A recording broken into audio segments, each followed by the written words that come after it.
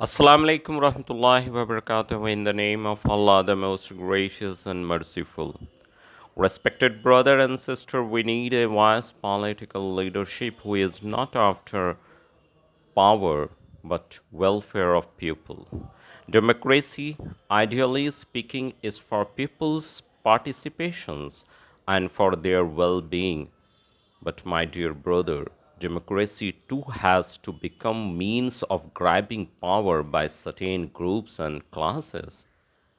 A desirable society can be formed when there is a law of justice within the society, and a good leadership is needed to uphold the law of justice.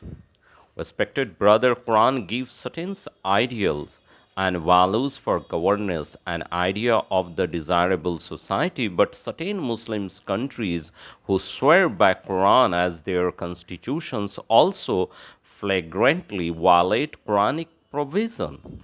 Quran says diversity is Allah's creations and must be respected and celebrated. And this diversity includes linguistic, racial, and religions and human beings.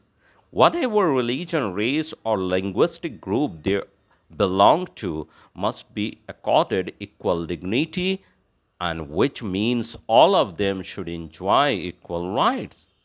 But, my dear brother and sister, I am very sorry to say that we will not find any Muslims country who implementing these ideals of Quran. Most of the political parties and politicians arouse emotions of peoples on the basis of religions, race, and language to stay in power. Respected brother and sister, the common practices of leadership introduced by the Western scholar, which are applied in most of the countries, including in many Muslim countries. Muslims neglect the leadership theories based on the Islamic perspective, which were implemented earlier by our beloved Prophet Muhammad sallallahu alaihi wasallam and four main leaders called Khalifa or Rashidin, who governed the countries for 50 years.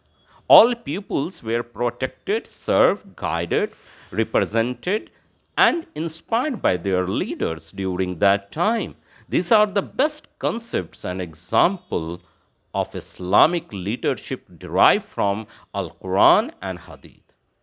But, my dear brother and sister, ironically, several options of Western leadership concepts are debatable and still no proven which one is the best and sustainable leadership's construct. Some countries are still trying to find the suitable one.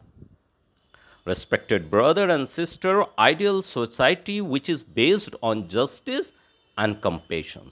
And a good leadership is important to ensure justice. Leader must enforce and promote justice continuously as it is being instructed in the Holy Quran, Surah Nisa, chapter 4, verse 58. Indeed, Allah commands you to deliver the trust to their rightful honors. And when you judge between people, to judge with fairness. Excellent. Indeed is what Allah advises you. Indeed, Allah is all hearing, all seeing. My dear brother and sister, it is the duty of the leaders that must enforce the law of justice. The history of Islamic leaders give inspirations to all leaders on how they successfully lead in multiple groups of people and many theories. A leader has power and authority. Both attributes are useful to influence the people. The power in Islam is useful in bringing prosperity for society and protecting people from harmness.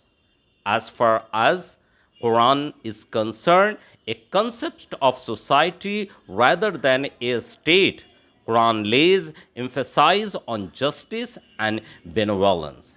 A Quranic society must be based on these values. The Quran strongly opposes oppressions and injustice. Okay, my dear brother and sister, see you again with some new topic. Allow me till then. Allah Hafiz.